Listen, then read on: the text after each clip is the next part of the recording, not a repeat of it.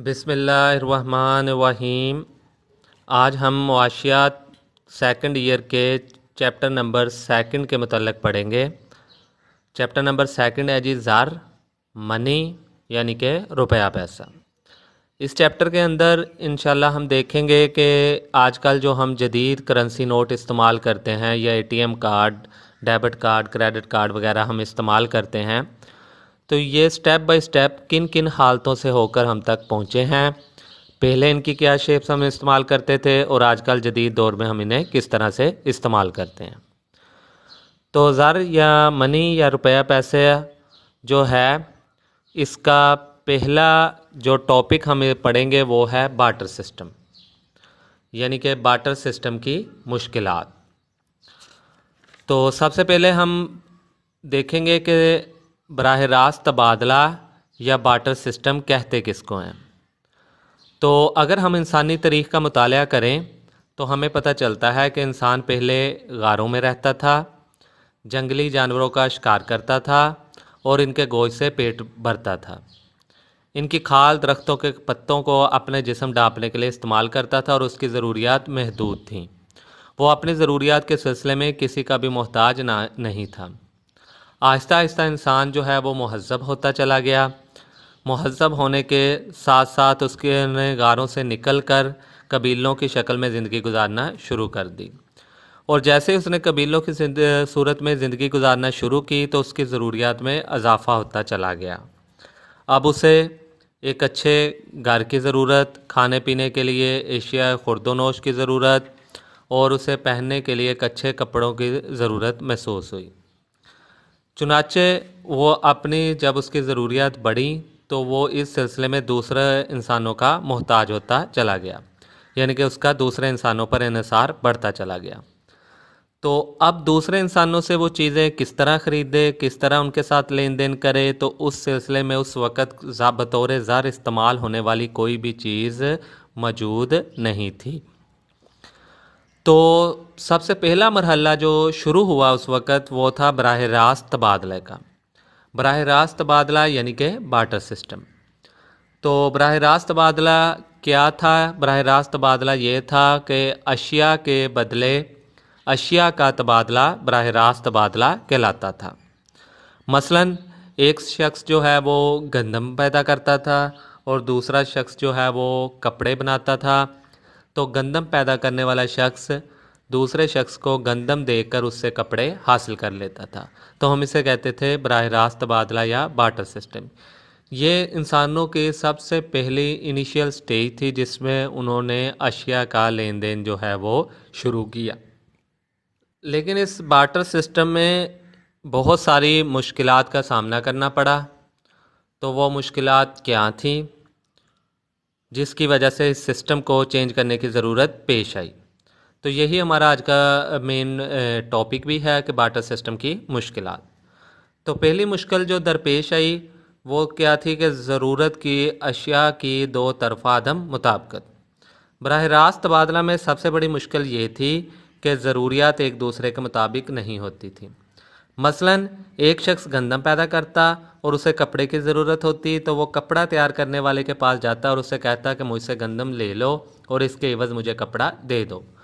अब अगर कपड़े वाले को गंदम की ज़रूरत होती तो गंदम लेकर कपड़ा दे देता, लेकिन अगर उसे गंदम की ज़रूरत ना होती तो वो कपड़ा देने से इनकार कर देता और उससे कहता है कि मुझे फ़लाँ चीज़ की ज़रूरत है, आप वो ला दें और कपड़ा ले लें। इस तरह गंदम वाले को जब तक कोई ऐसा शख्स नहीं मिल जाता जो उसकी गंदम लेकर मतलूबा शय देने के लिए तैयार हो जाता, उसके लिए कपड़ा हासिल करना बहुत मुश्किल हो जाता। बस अशिया की दो तरफ़ा अदम मुताबिकत एक बड़ा मसला था। अगर ज़रूरियात एक दूसरे के मुताबिक होती, यानी जिस चीज़ की एक आदमी को ज़रूरत होती उसी चीज़ की दूसरे आदमी को भी ज़रूरत होती तो फिर तबादला हो जाता, वरना तबादले में ख़ासी दिक्कत का सामना करना पड़ता था। तो बार्टर सिस्टम का ये सबसे एक मेन मसला था कि ज़रूरियात की अशिया की अदम मुताबिकत नहीं थी। दूसरा मसला जो हमें बार्टर सिस्टम में सामना करना पड़ा वो था मुश्तरक म्यार कदर का फुकदान।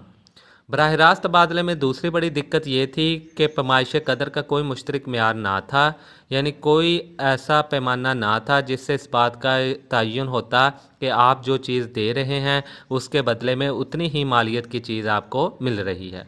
मिसाल के तौर पर आप जितनी मालियत की गंदम दे रहे हैं क्या उतनी ही मालियत का कपड़ा आपको मिल रहा है। इससे बराह रास्त तबादला की सूरत में लोगों को काफ़ी मुश्किल पेश आती थी और लेन देन आसान नहीं था।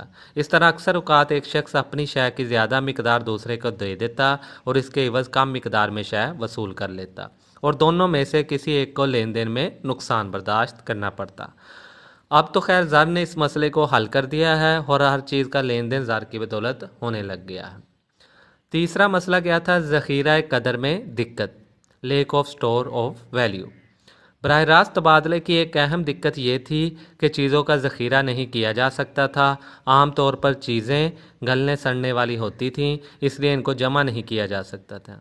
लिहाजा इन अशिया को लोगों को हर सूरत में इस्तेमाल करना पड़ता था और इनका ज़ख़ीरा नहीं कर सकते थे। आजकल के दौर में लोग अपनी दौलत को जमा करके अमीर बन जाते हैं, लेकिन इस वक्त इनकी दौलत इनकी वो अशिया थी जो वो पैदा करते थे, लिहाजा उन्हें हर सूरत में खर्च करना पड़ता था और उन्हें ज़ख़ीरा नहीं किया जा सकता था। मसलन गंदम है, चावल है, कपास है, अगर हम इन्हें रख लेते तो इनके ज़ाया होने का ख़तरा होता, तो इस वजह से ज़ख़ीरा कदर में काफ़ी दिक्कत का सामना करना पड़ता। चौथा मसला जो हमें पेश आया जी वो था बाज़ अशिया का तकसीम पजीर ना होना। बराह रास्त तबादले की एक और दिक्कत ये थी कि बाज़ अशिया तकसीम पजीर नहीं होती थी, इसलिए लेन देन में काफ़ी मुश्किल का सामना करना पड़ता था। मसलन अगर किसी शख्स के पास गाय होती तो वो गाय को काट कर नहीं दे सकता था, या तो वो पूरी गाय देकर अपनी ज़रूरत की चीज़ लेता या फिर चीज़ ना ले सकता। इस तरह से अशिया की तकसीम पजीरी ना होने की वजह से लेन देन में काफ़ी मुश्किलात का सामना करना पड़ता था। पांचवीं मुश्किल जो हमें पेश आई वो ये थी कि उधार लेन देन में दिक्कत। आजकल के जदीद दौर में तो हम रुपया पैसा ही किसी से उधार ले लेते हैं और रुपया पैसा ही वापस कर देते हैं, लेकिन बार्टर सिस्टम में ये मसला था कि हम चीज़ें उधार लेते थे और चीज़ें ही हमें वापस करना पड़ती थी। तो बराह रास्त तबादला में उधार लेन देन में काफ़ी दिक्कत होती थी, चूँकि बार्टर सिस्टम के तहत उधार का लेन देन अशिया की सूरत में होता, जबकि वक्त गुजरने के साथ साथ मुल्की, सियासी और या माशरती हालात, पैदावार, अशिया की अहमियत और कदर में तब्दीली वाक़या होती रहती है। इसलिए शय की वापसी, अदायगी पर नाराज़गी, झगड़े और बाहमी इख्तलाफात पैदा होने के खदशात मौजूद रहते हैं। मिसाल के तौर पर अगर एक शख्स किसी से गाय उधार लेकर जाता तो वापसी के वक्त गाय का मालिक कई किस्म के एतराज़ात उठा देता कि मेरी गाय का रंग भूरा था, यह सफ़ेद है, या मेरी गाय मोटी थी, यह दुबली है। इस तरह से लोगों को उधार लेन देन में काफ़ी मुश्किलात का सामना करना पड़ता। उसके बाद नेक्स्ट है जी दौलत की नकल पजीरी में मुश्किलात। नकल पजीर या नकल पजीरी कहते हैं मोबाइलिटी, एक जगह से दूसरी जगह लेकर जाना। आजकल के जदीद दौर में तो ये है कि हम रुपया पैसा आसानी के साथ चेक या ATM कार्ड वगैरह जेब में डालकर एक जगह से दूसरी जगह लेके जा सकते हैं, लेकिन बराह रास्त तबादले में चीज़ें थीं तो एशिया को एक जगह से दूसरी जगह मुंतकिल करने में ख़ासी मुश्किलात पैदा हो जाती थी, चूँकि वहाँ उस वक़्त दौलत जो है वो किन चीज़ों पर मुश्तमिल होती थी? गल्ला, माल मवेशी, मकानात, दुकानात, फल सब्ज़ियाँ वगैरह। लिहाजा उन्हें एक जगह से दूसरी जगह ले जाने में काफ़ी अखराजात और मसाइल का सामना करना पड़ता, जबकि जदीद दौर में हम ज़र को, रुपये पैसे को आसानी के साथ एक जगह से दूसरी जगह लेकर जा सकते हैं। सातवां है जी खिदमात के मुआवज़ों की अदायगी में दिक्कत।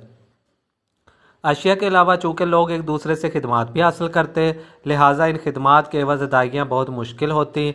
मसलन अगर एक उस्ताद किसी हजाम के बच्चों को पढ़ाता तो वो उसके बदले में हजाम जो है वो सिर्फ उसके बाल काट देता था। इस तरह सिर्फ एक मोची अपने जूतों के बदले में एक वकील से किस तरह मुआवजा वसूल कर सकता था। तो ये कई किस्म के मसाइल का सामना करना पड़ता था कि अगर हमने किसी से खिदमात ली हैं तो उसका मुआवजा हम ज़ाहरी बात है वही चीज़ अदा कर सकते थे जो कि हमारे पास मौजूद होती थी। लास्ट वन है जी सरकारी वसूलियों और अदायगियों के मसाइल।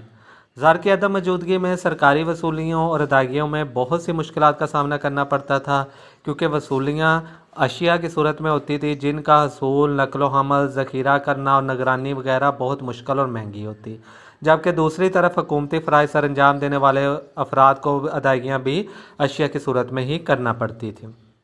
اس ضمن میں دو طرفہ عدم مطابقت، مشترک پیمائش قدر کے کسی آلہ کی عدم موجودگی اور بعض اشیاء کا ضیاع پذیر یا ناقابل تقسیم پذیر ہونا مشکلات کا سامنا کرنا پڑتا تھا۔ ان مشکلات سے جان چھڑانے کے لیے بارٹر سسٹم کا مؤثر اور قابل عمل متبادل ضروری تھا۔